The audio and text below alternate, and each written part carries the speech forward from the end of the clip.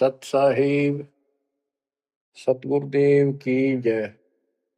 बंदी छोड़ कबीर साहिब जी की जय। बंदी छोड़ गरीबदास जी महाराज जी की जय। स्वामी राम देवानंद जी गुरु महाराज जी की जय हो।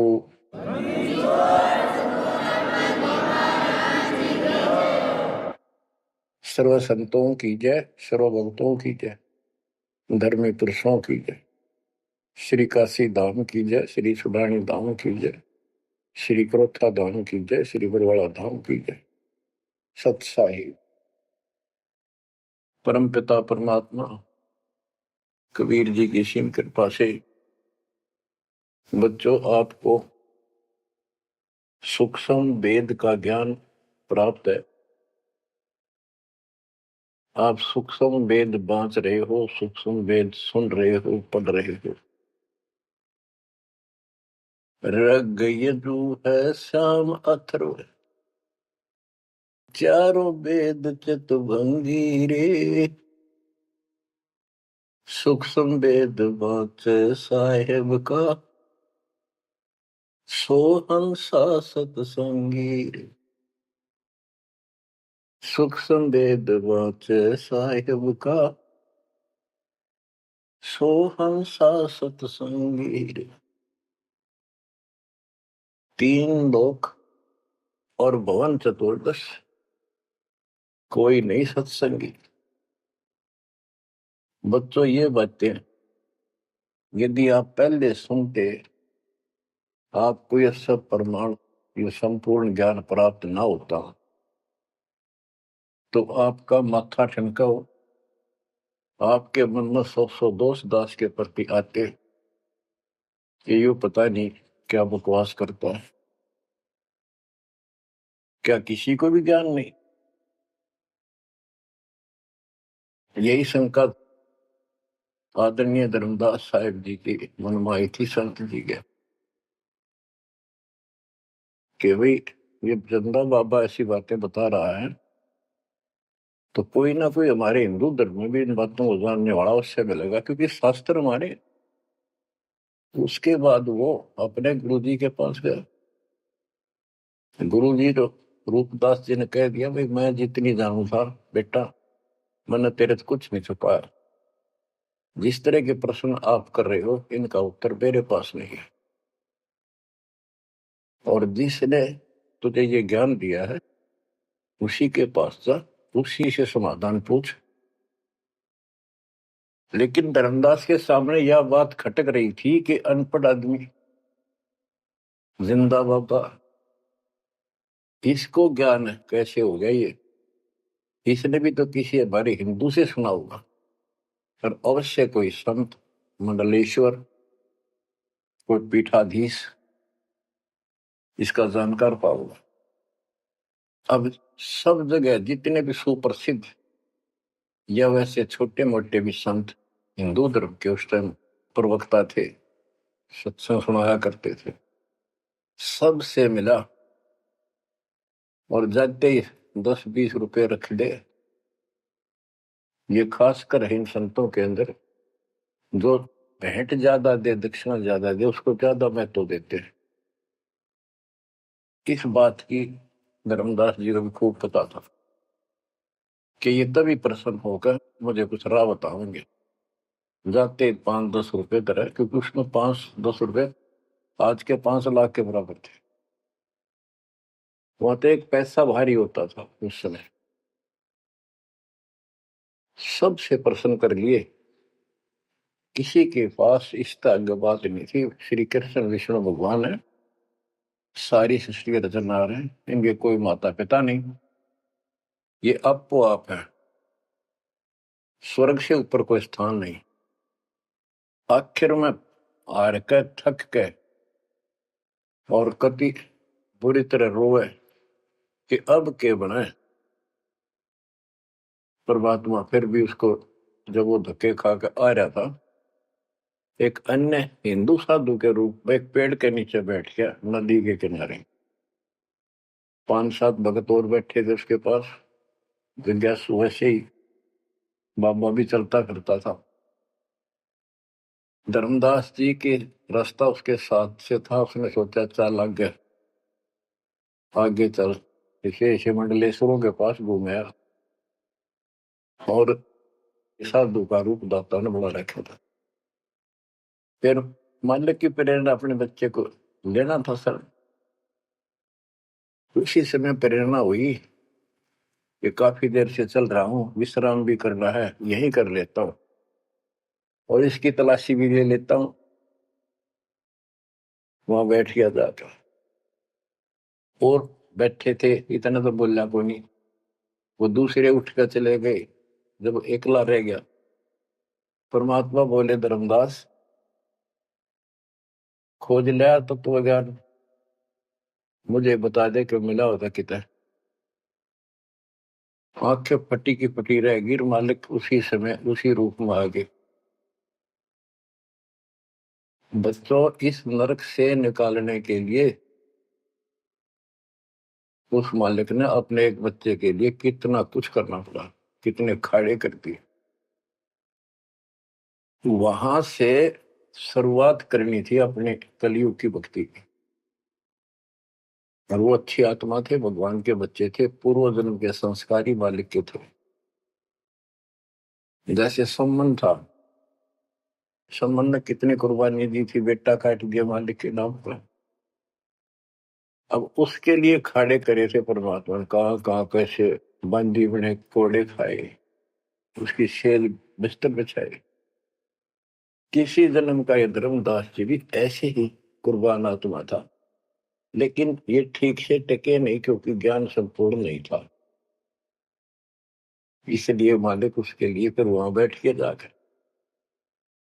धर्मदास जी परमात्मा के चरणों में गिर के अपनी ढीठता,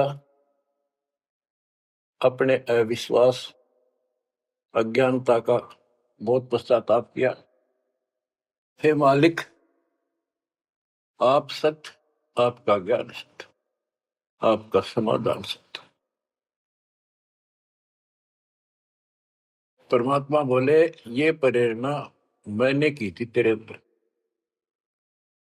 काल का बेटा बहुत लंबा जुगाड़ है, बहुत लंबा षड्यंत्र। पाया किसी के पास ये ज्ञान, हे महाराज, ज्ञान के वो तो गंध भरा, काम करो सारा सड़ रहे हैं। तो बच्चों, अब आपको दास बताना चाहता है परमात्मा की महिमा और सूक्ष्म वेद वाला ज्ञान संत गरीबदास जी को प्राप्त हुआ परमेश्वर से। उनके सतगुरु और भगवान स्वयं कबीर साहब थे,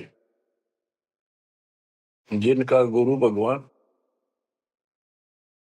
और ज्ञान एक नंबर का। तो उस पर हमने विश्वास करना चाहिए, लेकिन विश्वास करने के लिए कुछ आधार होता है। हिंदू धर्म के लिए गीता और वेद, 18 पुराण, ये आधार है कि ये अध्यात्म के मूल ग्रंथ है। उन मूल ग्रंथों से आपको परमात्मा की वाणी सिद्ध कर दी। ऋग यजु है साम अथर्व, चारों वेद चित भंगी रे, सूक्ष्म वेद वाचे साहेब का, सोहन सा सतसंगी रे। 3 लोक और भवन चतुर्दश, कोई नहीं सत्संगी। क्यों? क्योंकि उनके पास ये तत्व ज्ञान नहीं। बच्चों, यजुर्वेद अध्याय 40 मंत्र 10 में यही कहा है, कोई तो भगवान को साकार कहता है, रामकृष्ण रूप में, अवतार रूप में आने वाला। अन्य कहते हैं वो कभी साकार होता ही नहीं, वो तो निराकार है। परमात्मा साकार है या निराकार है, किस स्थिति में आता है, वो कैसे लीला करता है, इसकी जानकारी तत्वदर्शी संतों से पूछो। गीता अध्याय 4 श्लोक 34 में और 32 में स्पष्ट भी कर दिया कि जो तत्व ज्ञान होता है वो परमात्मा अपने मुख कमल से आकर बोलता है। ऋग्वेद मंडल नंबर 9 सूक्त 94 और मंत्र नंबर 2 में कहा कि वो परमात्मा कवियों की तरह आचरण करता हुआ घूमता फिरता है। ऋग्वेद मंडल नंबर 9 सूक्त नंबर 95 के मंत्र नंबर 1 में परमात्मा भक्ति की प्रेरणा अपने मुख कमल से वाणी बोल के करता है और भक्ति के मूल मंत्रों का गूढ़ रहस्यों का ज्ञान वही बताता है। गीता अध्याय 4:34 में कहा कि उस तत्व ज्ञान को जो स्वयं मालिक बोलता है कवियों की तरह काव्यान चौपाइयों में श्लोकों में और शब्दों के माध्यम से वो तत्व ज्ञान है, उसको किसी तत्वदर्शी संत से पूछो। बच्चों, ना वेदों में तत्व ज्ञान, गीता वेदों का सारांश है, उसी का छोटा रूप है। तो इनमें ज्ञान नहीं है, वो तत्वदर्शी संत से पूछो। वो तत्वदर्शी संत की पहचान श्रीमद् भगवत गीता अध्याय नंबर 15 श्लोक 1 में बता है कि ऊपर को मूल, ये तो मूल मालिक सारी सृष्टि का रचने वाला समझो संसार रूपी वृक्ष है जिसकी ऊपर को जड़ है और नीचे को 3 गुण रूपी शाखा है। इसके सभी विभागों को जो बता देगा स वेदवित, वो वेद के तात्पर्य को ठीक से जानने वाला है, यानी वो तत्वदर्शी संत है। धर्मदास जी और गरीबदास जी के सतगुरु ने बताया, कबीर अक्सर पुरुष एक पेड़ जो जमीन से बाहर दिखाई देता उसको पेड़ बोलते हैं, पेड़ा तना। गरीब अक्सर पुरुष एक पेड़ है, निरंजन व की डार और तीनों देवा शाखा है, ये पातुल संसार। फिर स्पष्ट कर दिया कबीर एक के साध्य सब सदर, सब साध्य सबदा माली सींचे मूल को फल फूल अगा। सभी parts of the tree, works के सभी विभाग बता दिए कि तना अक्षर पुरुष है, डार ये क्षर पुरुष है, क्षर पुरुष, और तीनों देव आराधना ब्रह्मा सत्पुरुष उत्तम गुण शिव जी रूपी शाखाएं और पात रूप संसार। तो बच्चों, फिर साथ में ये समाधान भी कर दिया कि एक का साध्य सब सदन, यानी मूल को पूजो, उसको इष्ट रूप में मानो, उसके बाद अपने अनुष्ठान करो, साधना करो। जो आपको प्रथम मंत्र दिया जाता है इसमें प्रथम और लास्ट वाले मंत्र को छोड़कर सारे इन्हीं शाखाओं वाले मंत्र है। और गीता अध्याय 3 श्लोक 10 से लेकर 15 तक यही स्पष्ट किया है कि शास्त्र अनुकूल धार्मिक अनुष्ठान यज्ञ करने से वो सही भक्ति मानी जाती है। इन यज्ञों के द्वारा इन देवताओं को बढ़ाओ, ये यज्ञ से बड़े हुए देवता तुम्हें बिना मांगे ही सब कुछ देते रहेंगे।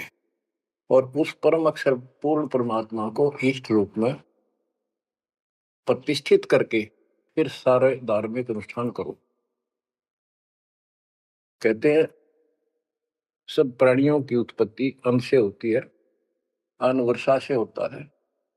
वर्षा शास्त्र विहित, शास्त्र में प्रमाणित धर्म कर्म यज्ञ करने से होती है। और कर्म लगाए ब्रह्म ने, क्योंकि सबके लोक माए तक काम करके खाना पड़ा, सतलोक में कोई काम नहीं था, बैठा सब परी मिला था। जैसे आप सकलोक आश्रमों में जाते हो, आपको सारा बना बनाया मिल रहा है, हर खाओ और भक्ति करो, सत्संग सुनो और आ जाओ। फिर बताया है कि सब प्राणियों की उत्पत्ति अन्न से होती है, अन्न वर्षा से होता है। वर्षा शास्त्र विहित, शास्त्रों के अनुसार किए गए अनुष्ठानों से होती है, यज्ञ से होती है। और यज्ञ शास्त्र अनुकूल कर्मों से होती है। कर्म लगाए ब्रह्म ने, ब्रह्म की उत्पत्ति हुई अक्षर पुरुष से। और अक्षर पुरुष यानी अक्षर का अर्थ यहाँ पर अविनाशी है। और जहां पर प्रकरण होता है एक से अधिक, अक्षर का अर्थ ही अविनाशी होता है। लेकिन सरपुरुष अक्षर पुरुष, सरपुरुष ब्रह्म है, ये काल है 21 ब्रह्मांड का स्वरूप, अक्षर पुरुष 7वें ब्रह्मांड का स्वरूप। और फिर परम अक्षर ब्रह्म क्यों कहा, परम अक्षर पुरुष, कि वो सब का मालिक वो है। तो इस प्रकार आध्यात्मिक ज्ञान को समझना है और उस परम अक्षर ब्रह्म को योगों में प्रतिष्ठित करके सारे अनुष्ठान करने चाहिए, तब सफलता हो। कबीर साहब ने बताया, कबीर एक के साध्य सब सदे, सब साध्य सबका माली सींचे मूल को बुलागा। पुण्यात्माओं, इससे सिद्ध हो गया कि किसी के पास भी वेदों से हटकर ज्ञान नहीं था, वेदों में वो ज्ञान है ही नहीं जिसकी हमें जरूरत थी। इसलिए क्या रहा, अब इसके ऊपर चलेगा सत्संग शेष, संत गरीबदास जी की अमर वाणी, अथ कथनी बिना करनी का होगा। इसमें से कुछ वाणी सुनाएगा दास। जैसे आपको बताया गया कि काशी विद्यापीठ पट ब्राह्मण आते थे, उनको विद्वान माना जाता था, उनकी दुकान बढ़िया चला करती थी यहाँ भोले समाज में। तो गरीबदास जी उस पढ़ाई के बारे में कहते हैं जो वो पढ़ा करते, केवल लोगों को ठगने के लिए। गरीब पढ़ना गुणना चातुरी, यह तो बात सुगम, सत सुकृत और बंदगी, या है बात अगम।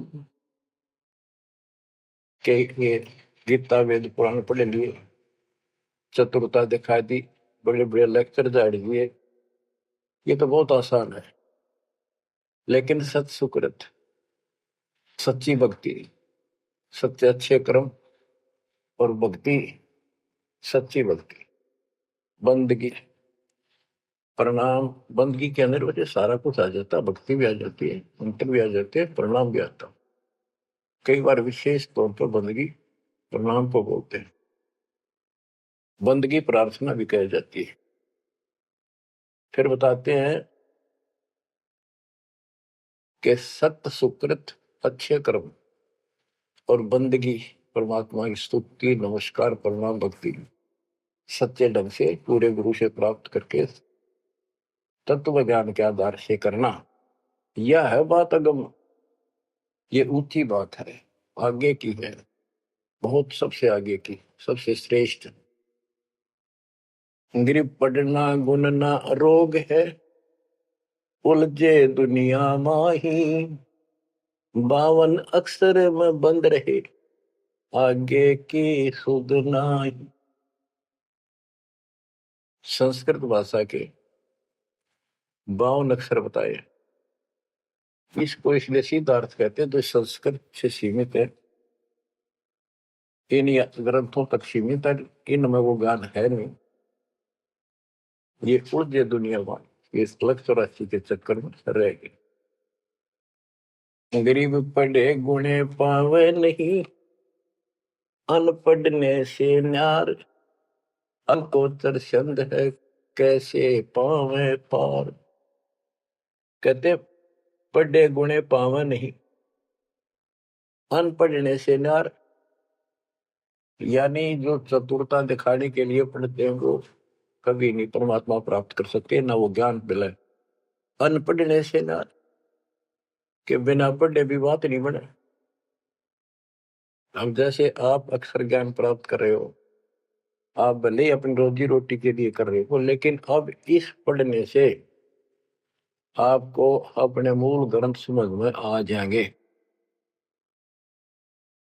ये सूक्ष्म वेद है, इसके अंदर जो गूढ़ रहस्य है वो अन्य वेदों से भी उत्तम और गहरे हैं। इसमें कह दिया पढ़े गुणे पावे नहीं, यह पढ़ाई है वो तो मूर्ख बनाने की। अनपढ़ने से ना, जो नहीं पढ़े वो भी दूर रहेंगे। हमारे को अक्षर ज्ञान नहीं था, इसलिए हम इन चतुर लोगों की बातों में फंसे रहे।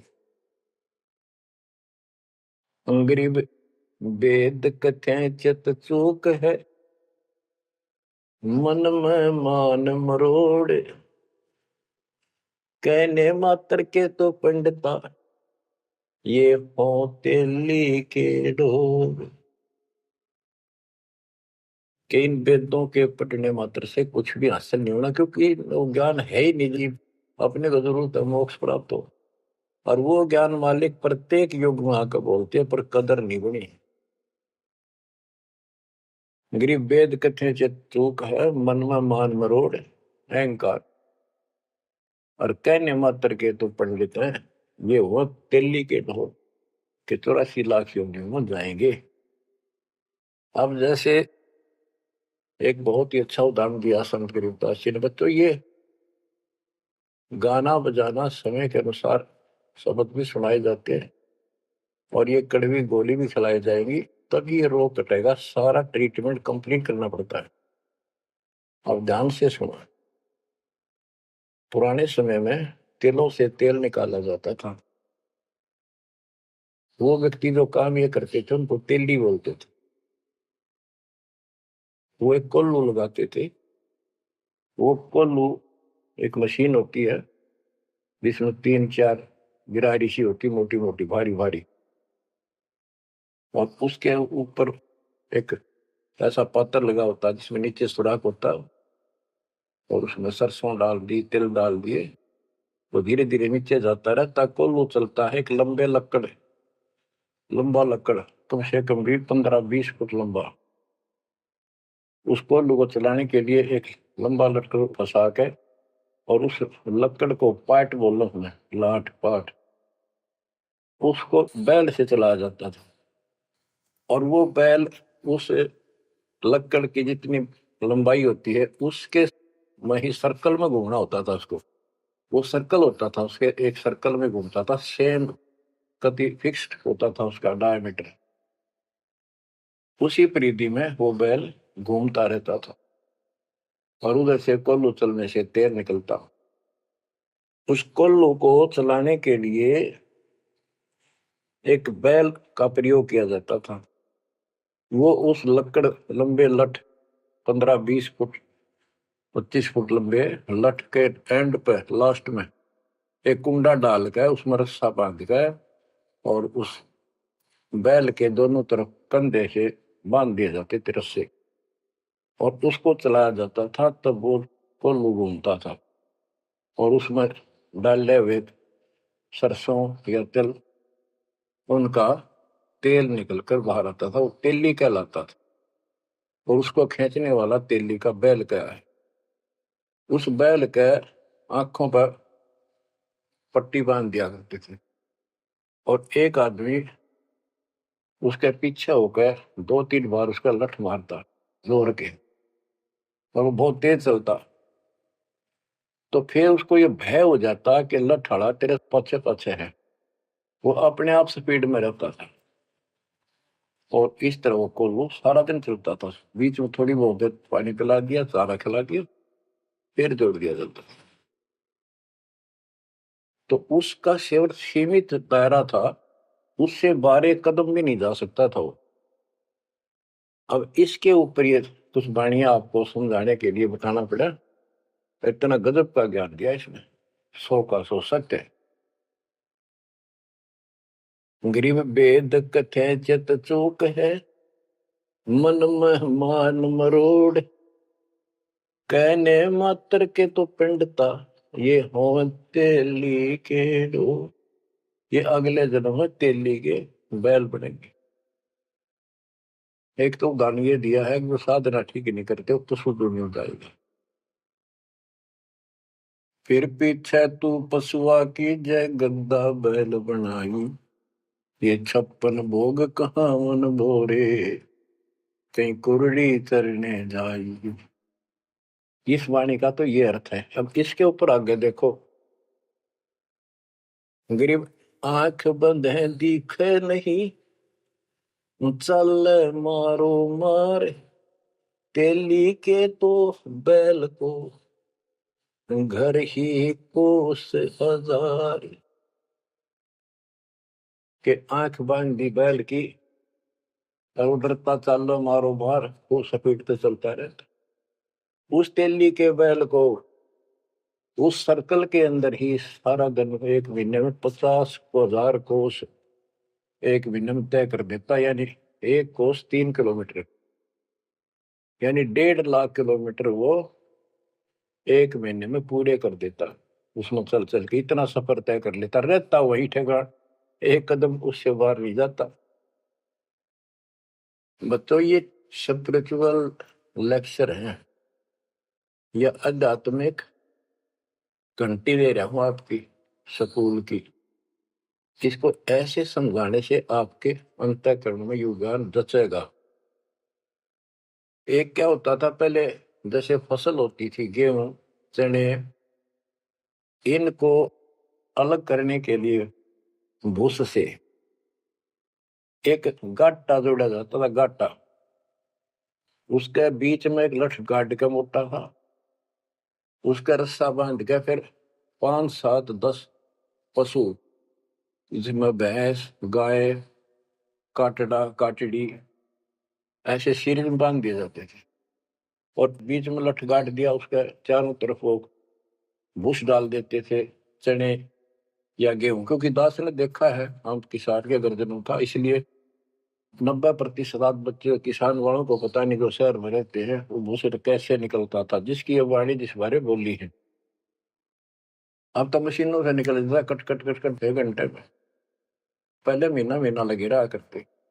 दास का जन्म ऐसे समय में दिया दाता ने जब वो 5505 निकट आ रहा था, और वो पिछला प्रोसेस सारा पता है जो एक वाणी में बोला गया है। दास को समझने में आसानी रही, आपको समझाने में आसानी होगी।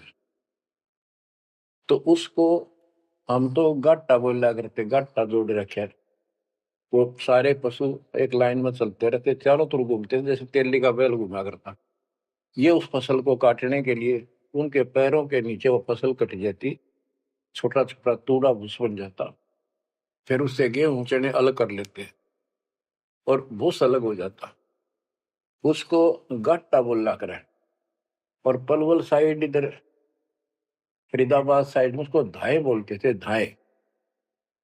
धाए यानी पशुओं का एक समूह, एक से एक गले का रस्सा बांध दिया जाता था। वो बाहर नहीं जा सकते, अंदर आ नहीं सकते, क्योंकि एक दूसरे को धक्का नहीं दे सकते। वो एक लाइन में चलते थे चारों तरफ सर्कल में। अब इसको इन अज्ञानी गुरुओं के ऊपर सेट किया है दाता संत गरीबदास जी ने इस वाणी को।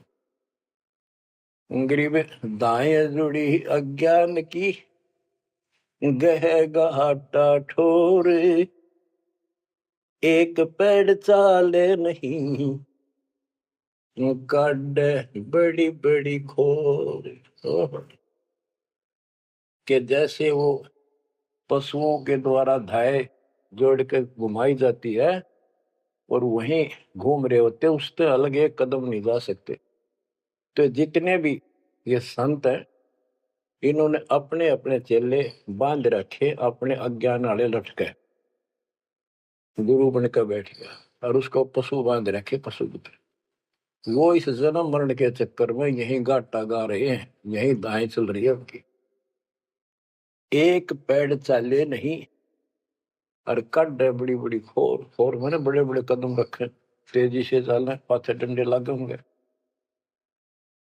तो ये सारे जितने भी चेले हैं, उनके जितने गुरु हैं, उनके जितने शिष्य हैं, उनको तो धाए बताई ये गाटा, और इस जन्म मरण के चक्कर को एक ये सर्कल बताया कि इसी में ये घूम रहे हैं। एक कदम इस तरह बाहर नहीं जा पाए। जाना सतलोक है।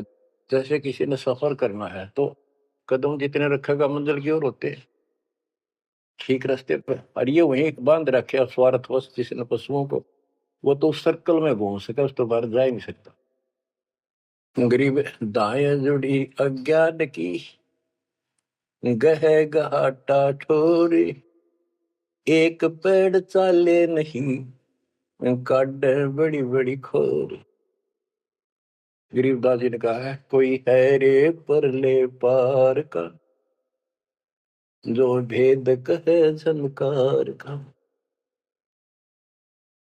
वारई गोरख वारई दत्त, यानी ये सब वार द्रु प्रहलाद अर्थ, वार ही सारे ब्रह्मा भी वार, ये भी वार सारे, ब्रह्मा विष्णु महेश यही पर, दुर्वासा वार, ये गह गाटा ठोर।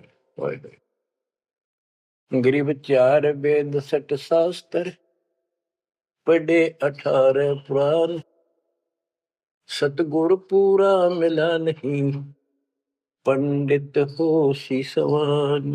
ओह, कबीर साहब कहते हैं, गुरु बिन काहू न पाया ज्ञाना, जो तो था वो छड़े किसाना। गुरु बिन वेद पढ़े जो प्राणी, समझ अनुसार रहे ज्ञानी।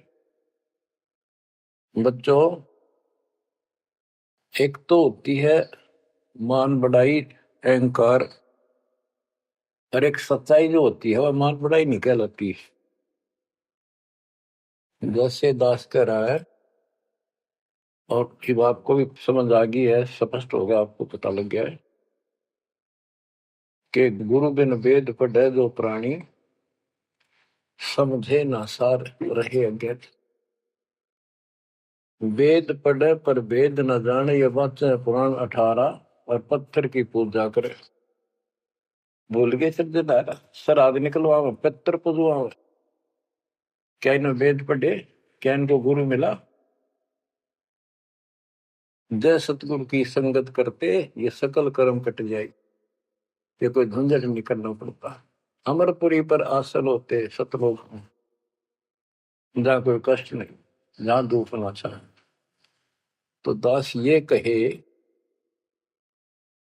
कि या तो भगवान कबीर साहब मेरे गुरु भगवान और गरीबदास, और चौथा दास, इनके अतिरिक्त, वर्तमान में दास के अतिरिक्त विश्व में किसी के पास ना वेद ज्ञान, ना गीता ज्ञान, ना कुरान और बाइबल ज्ञान, किसी को किसी प्रकार का ठीक ज्ञान नहीं। इसको कोई कहे ये मान बढ़ाई करता है, उसकी अपनी समझ है, अपनी सोच है, लेकिन यह 100% सच्चाई है। जैसे 2000 के नोट पर, या 1000 के नोट पर, 500 के नोट पर यह लिखा है कि मैं धारक को 500 रुपए देने का वायदा करता हूं, तो क्या उसने मान बढ़ाई कर रखी है कि ये नोट अपनी बढ़ाई करता है, छाती पे लिखवा रहा है? वो सच्चाई है, वो लिखना भी जरूरी है। तो दास को ये बताना भी आवश्यक है कि दास के अतिरिक्त विश्व में किसी के पास ज्यादातर ज्ञान नहीं है। ना वेद ज्ञान ठीक है, ना गीता ज्ञान ठीक है, ना पुराणों को जानते, ना पुराण वाले कुरान को ठीक से सुनो, नहीं बाइबल वाले बाइबल को ठीक से सुनो। अंग्रेज 4 वेद सठ शास्त्र, पढ़े 18 पुराण, सतगुरु पूरा मिला नहीं, पंडित हो शीशवान। अंग्रेज 4 वेद सठ शास्त्र, पढ़े 18 बोध, खसम बांझ के होते है, पर बेटा नाही गोद। एक अजब गजब उदाहरण दिया है कि इन 4 वेद और 18 पुराणों को पढ़ने से तो ऐसी दशा है, ये दिखे पंडित गुरु शिष्य दोनों हैं, गुरु भी हैं, उनके शिष्यों की कमी नहीं, लेकिन बांध स्त्री का संतान नहीं होती, उसका पति भी होता है। इसी प्रकार इनके गुरु भी है, ये शिष्य भी है, इनमें भक्ति रूपी लाल बनेगा नहीं। बच्चों, एक एक बात कहीं नहीं सकता, लाख टके की है, अरब टके की। गरीब भावे 100 करोड़ गीता पढ़ो, 100 करोड़ भागवत, बिना सतनाम व्यर्थ है, बचे काल न मोत। गरीब घृत अग्नि में डाल कर, पंडित कर है होम। सुर वासना जात है, क्या करत है होम। गरीब सुमरण सेवा बंद की, सब कोई जानत खूब। बिन सतगुर क्यों पाइए, कबीर से महबूब। ओए होए। के ये पंडित लोग हवन करते हैं, इसका क्या लाभ है कि देवताओं तक इसकी वासना जाती है, स्मेल, गुड स्मेल जाती है, और जिसके वश होकर वो हमें यहाँ राहत देते हैं। तो ये तो हमें सिर्फ हमारी इस भक्ति में एक सहयोगी है, एक आइटम है हवन यज्ञ। हमने पांचों करनी पड़ेंगी तब तो ज्यादा लाभ होता है। किसी रोग का ट्रीटमेंट पूरा ही करने से बात नहीं। गरीब सुमन सेवा बंदगी, सब कोई जानत खूब। अब भक्ति भी करनी चाहिए, सुमन भी करना चाहिए, पर कहते बिन सतगुरु क्यों पाइए। ओए, सतगुरु के बिना कैसे मिलेगा वो कबीर से महबूब। वो भगवान कबीर से प्रिया, तुम प्रिय भगवान हमारे कैसे पाओगे। ये दूसरे संत बनावटी इतने गजब के हो जाएंगे, क्या बात। सिर पर उस्तरा करा लिया, माथे पर 3 तिलक, माला 4-5 डाल ली, लाल भगवा वस्त्र धारण कर लिए, और बैठ जाते हैं कतिया करके। गरीबदास जी कहते हैं, गरीब कोरा कलश कुम्हार का, ऊपर चित्र अनूप। वस्तु नीति समझ है, जैसे जलवन को। ऊपर तो ढूंढा साध का, अंतर रख्या खो। ऊपर तो साधु दिखे गजब का, बनावटी सी जबरदस्त, जैसे कुम्हार का, यानी कोरा कलश कुम्हार से लाए, उसके ऊपर कितनी अच्छी चित्रकारी होती है, उसमें जल है, नीचे चट है उस चित्रकारी में। ऊपर का दिखा क्रमिया जो संत ऐसा है जिसके पास यथार्थ ज्ञान नहीं है, वो तो ऐसा है जैसे कोरा कलश कुम्हार का, ऊपर चित्र अनूप। वस्तु नीतिस्मद है, जिसके लिए लाए तो जल है नहीं मीठा। और जैसे जल बिन कुआं, जैसे कुआं बिना पानी का के काम। गिरी 500 मुद्रा पिंड में, आग बुजुर्ग शरीर। 52 गंडे गंग है, खेवट जहां कभी। कहते ये शरीर, स्थूल शरीर में 5 मुद्रा है, उनमनी खेचरी भूतरी चाचरी आदि। और इससे आगे बदर शरीर है, सूक्ष्म शरीर और है। कहते उससे पार करने के लिए सतगुरु कबीर साहब का सच्चा गुरु मिलेगा जो बात बनेगी। गरीब नाम सार है निर्मला, सार नाम ये निर्मल है। पाक नूर निर्वाण, दास गरीब कबीर को भक्ति दी है दान।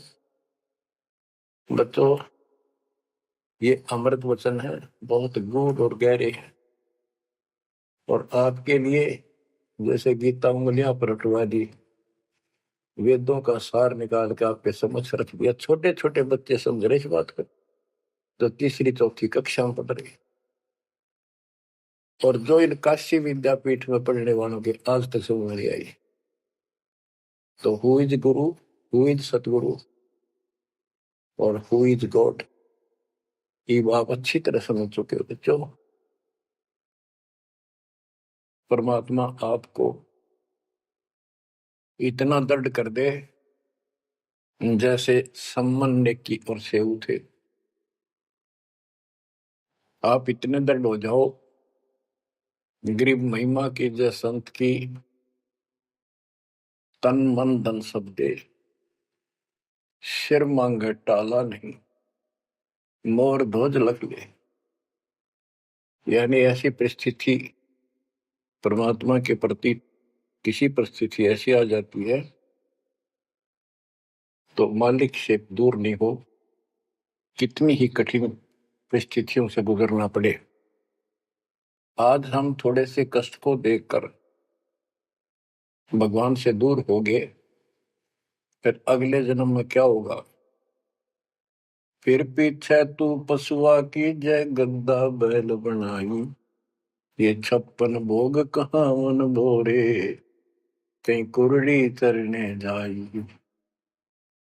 आज कोई ना कोई बहाना काल कर देगा सत्संग से उठने का, आलस कर देगा, कोई काम अड़ा देगा, या वैसे आत्मा किसी पाप के कारण रोगी हो जाती है तो अरुचि बन जाती है सत्संग सुनने में या सुमरण करने में, दान की इच्छा समाप्त होती चली जाती है, सेवा में रुचि नहीं रहती। तो उस समय के लिए ये याद रखो, आज हम मानव हैं, अपनी मर्जी से कितने आलस कर लें और कितने भगवान से दूर हो जाए, स्वतंत्र है।